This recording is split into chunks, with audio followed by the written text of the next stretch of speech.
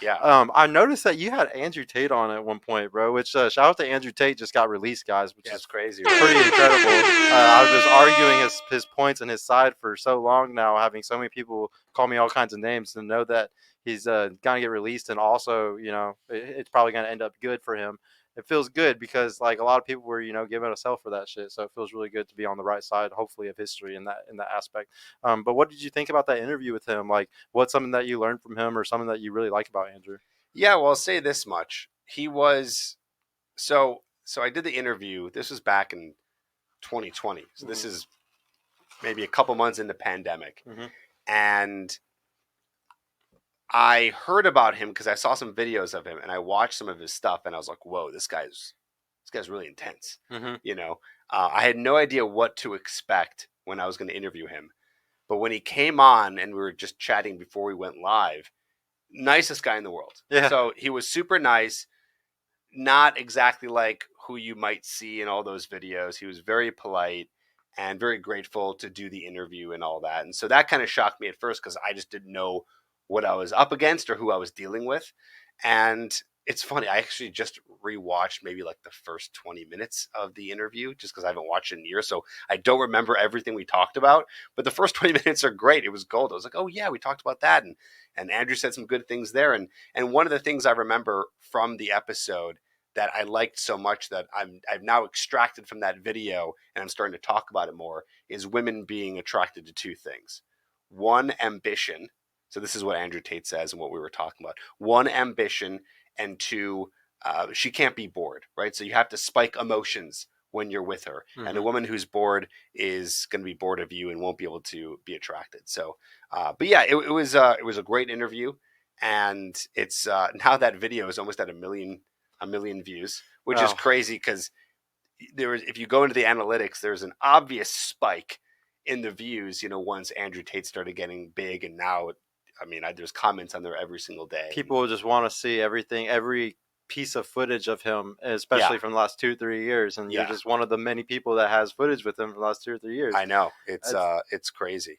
so like what? So back to kind of what he told you there. How do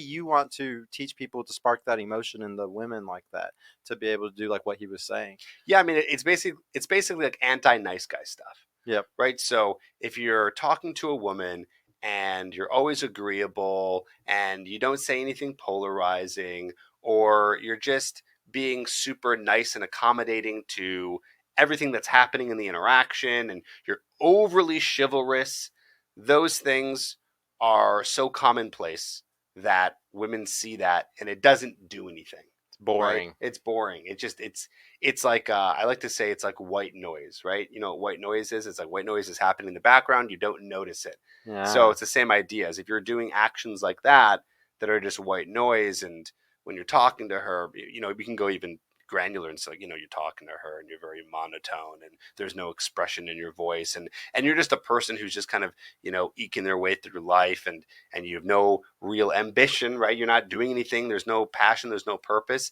It's white noise. You're boring. You're not going to be able to spark any kind of emotions, and you're not going to be able to build that attraction. Yeah. So that's a lot of the stuff that I talk about and preach, and my courses, my YouTube videos, and all that stuff. Is it so whenever these guys, or when you do the coaching, do you kind of let them ask you the questions, or like you'll just be like, what are you struggling with, and then exactly what prescription they give? Or is it more like, you need to do this, you need to do this, you need to do this, you need to do this, like kind of like a bunch of tasks that they kind of Yeah. need to complete, before they can even get through the door, I guess you could say. So basically, the Trip advice method is we have the prescription, right? There's like a general prescription, so to speak, of what a guy needs to do to be able to meet more women, attract more women.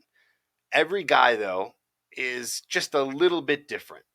And so we then take the prescription and we customize it to the person. So, for example, a lot of guys do have anxiety or approach anxiety or shyness, Mm-hmm. but then there's guys who don't. So we're going to work more.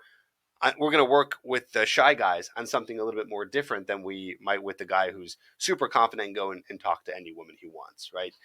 We might have guys who can get first dates no problem, but they don't know how to get a second date. So, okay, we got to maneuver a little bit there and work with that.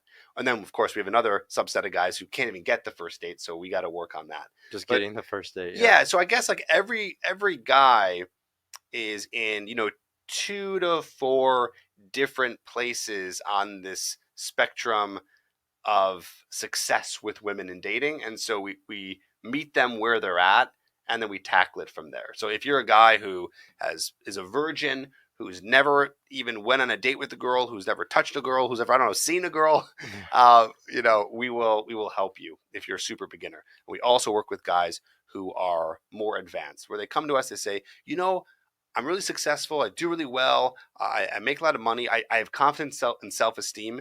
I feel deserving of a woman, but I just really can't get them. My online dating profile isn't portraying that. When I'm with the woman on the date, it's not portraying that. So what do I do? And then we'll even work with guys who are divorced, who are dads, all the way up to ages 70 years old. So anywhere from like 18 to 70 years old, you have an issue with women, we'll tackle it and get you better. It's crazy how like there's people that are up to those ages that are still having. I hope you don't have struggles. Once you get so old, like I hope you figure out how women are at a certain point. But well, you know what? You might have been married for 30 years. Oh yeah, true. And then right? You have no idea except for only one woman, like your wife or your ex-wife. You go. Yeah. You're like, what is this dating app? Like, how do I? Like, I literally had to tell guys like how to download the dating app and which apps, because they don't know. They've been married since high school sweethearts. You've slept with maybe one woman in your entire life. Now all of a sudden you're single. It's 3 decades or 2 decades or a decade later, and you're asking yourself, what do I do? What am I supposed to do now? So that's where we come in. Do you think there's a social calibration issue today? Like guys that there's something that I've noticed that I think a lot of guys under 25 aren't being socialized enough. Like they're just not spending 100%. Enough time with just people, period, kind 100%. Of. 100%. Yeah.